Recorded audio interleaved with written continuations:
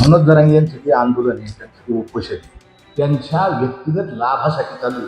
त्यांच्या व्यक्तिगत लाभासाठी चालू आहे. मागच्या वर्षी त्या 2 वर्षापूर्वी मुंबईला गेले ते सगळे सोयरे आणायला. त्याचं काय झालं? समाजाला काही फायदा नाही झाला, कोटा इतका झाला. ईडब्ल्यूएस नारायणचं आरक्षण आपलं हातचं गेलं. टाळ्यावर या, टाळ्यावर. तुमचा शब्द आहे जरांगे. कोणाला म्हणले तुम्ही? मराठ्यांना म्हणले टाळ्यावर या.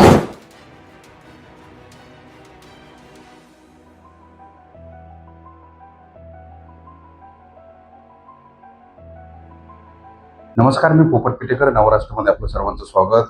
मराठा आंदोलक मनोज जरांगे पुन्हा आंदोलनाची हाक दिलेली आहे. या संदर्भात आपण बोलणार आहे. अजय महाराज बारसकर आहेत. सर, काय सांगाल? मनोज जरांगेंनी पुन्हा एकदम आंदोलनाची हाक दिली आहे. मनोज जरांगे यांचं जे आंदोलन आहे, त्यांचं जे उपोषण आहे, हे त्यांच्या व्यक्तिगत, त्यांच्या आणि त्यांच्या भोवताली जी असलेली जी लाभार्थी टोळी आहे, त्यांच्या व्यक्तिगत लाभासाठी चालू आहे. जमिनी घेण्यासाठी, स्वतःवर असलेले दंड गुन्हे माफ करण्यासाठी हे आंदोलन आहे. मराठा समाजासाठी जर आंदोलन असतं, एवढा मोठा संख्येचा मराठा समाज दोनदा मुंबईत जाऊन आलो, कोटीच्या संख्येत गेलो, मग का काय नाही झालं? आंदोलनामुळे मराठ्यांना काय आता 2 सप्टेंबरला मनोज जरांगे जे हैदराबाद गॅझेटचं जे तुंतुन आणलं, किती लोक झाले त्याच्यातून? कुणबी 308 असा मनोज जरांगेंचा आकडा आहे. आम्ही सांगतो, आणि माननीय मुख्यमंत्री या महाराष्ट्र राज्याचे महाराष्ट्र राज्याचे महसूल मंत्री दोघंही सांगतात की एकाही नोंद नसलेल्या माणसाला आम्ही कुणबीचा दाखला दिलेला नाही. हैदराबाद गॅझेट कशासाठी होतं? ज्यांच्याकडे नोंदी नाही त्यांना कुणबी करायसाठी हैदराबाद गॅझेट आणलं होतं. एकही सिंगल वन कुणबी झालेला नाही. हे मनोज जरांगे यांनी मुंबईचा जो आता 2 सप्टेंबरचा काढला ना, त्याचं अपयश आहे. गुलाल लावून घेतला स्वतःच्या अंगाला, सगळ्याच्या अंगाला लावला, सगळे नाचले. मागच्या वर्षी त्या 2 वर्षापूर्वी मुंबईला गेले ते सगळे सोयरे आणायला. त्याचं काय झालं? समाजाला काही फायदा नाही झाला, कोटा इतका झाला. ईडब्ल्यूएस नारायणचं आरक्षण आपलं हातचं गेलं. 100% आरक्षण मनोज जरांगेंनी काढलं आणि मुस्लिम समाजात दिलं. आज मी आपल्या समोर पुराव्यानिशी सांगणार आहे की मनोज जरांगे आणि त्याच्या भोवताची सगळी जी टोळी, लाभार्थी टोळी, कशी कशी फायदा मिळवती. आत्ता 16 मेला मनोज जरांगेंनी पत्रकार परिषद घेतली आणि सांगितलं का, बरंच सांगितलं तिने, पण त्याच्यातला एक मुद्दा महत्वाचा आहे आणि तेवढ्याच मुद्द्याशी मी मनोज जरांगे यांच्याशी सहमत आहे. काय म्हणले मनोज जरांगे तुम्ही पत्रकार परिषदेत? तुम्ही असं म्हणलं, मराठ्याहो जरा शान व्हा, टाळ्यावर या, टाळ्यावर. तुमचा शब्द आहे जरांगे. कोणाला म्हणले तुम्ही? मराठ्यांना म्हणले टाळ्यावर या.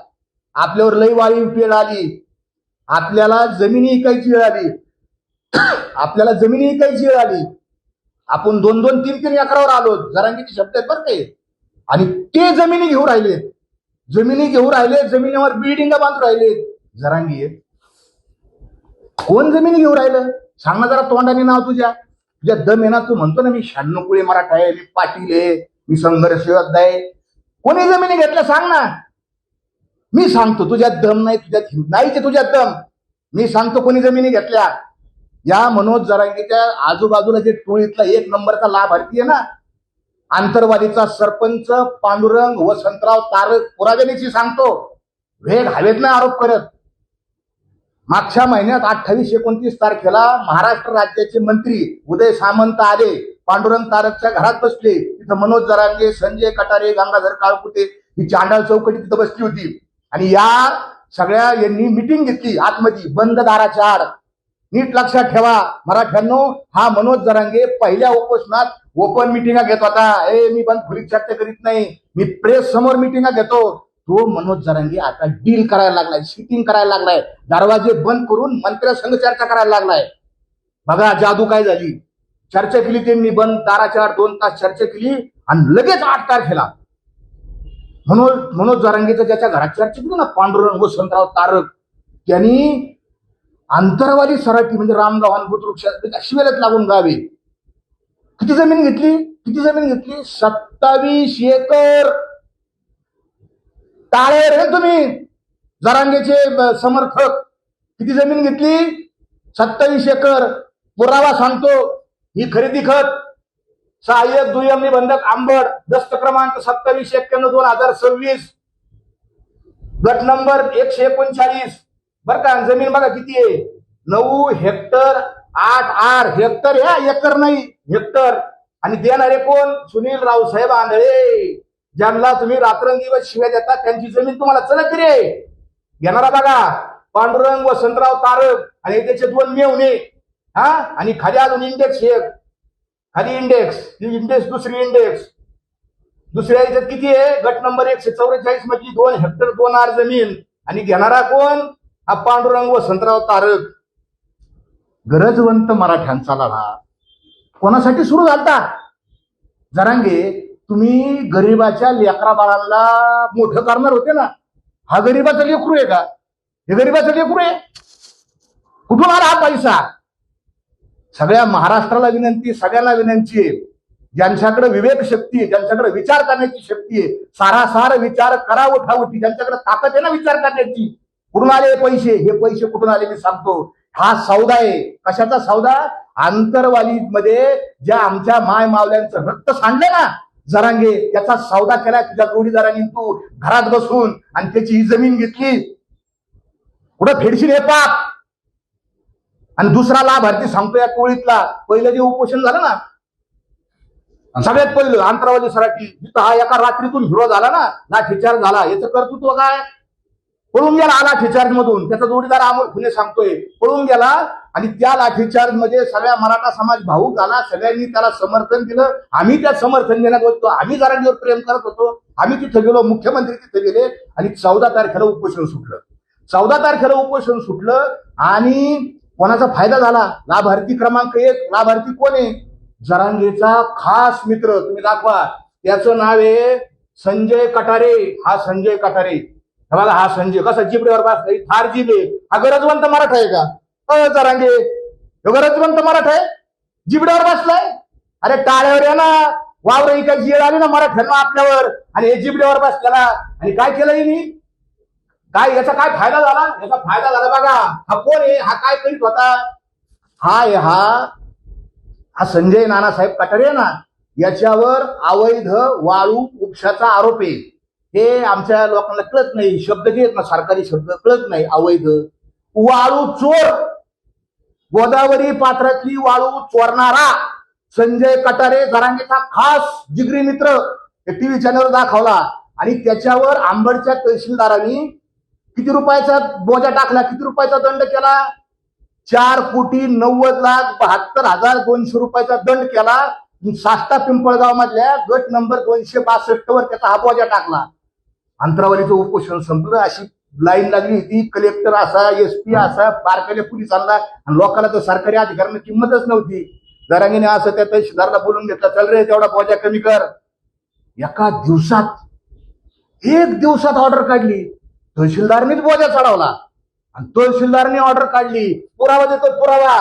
डोळे उघडा मराठ्यांनो. फेरफार क्रमांक 5868 काय म्हणतात बघा. माननीय तहसीलदार, उपरोक्त आदेश जावक क्रमांक 2023 वसुली दौंड खनिज दिनांक 22/9/2023 अन्वये गट नंबर 262 वरील लाभार्थी टोळीतील कंसात म्हणा हे शब्द संजय नानासाहेब कटारे शेतमालक यांच्या नावे असलेला दौंड खनिजचा 4,90,72,200 रुपये रकमेचा बोजा उपरोक्त आदेशान्वये कमी करण्यात आला. मला फायदा झाला. अरे मग याच्यानंतर आहे ना साहेब, याच्यानंतर 150 लोकांनी आत्महत्या केल्यात.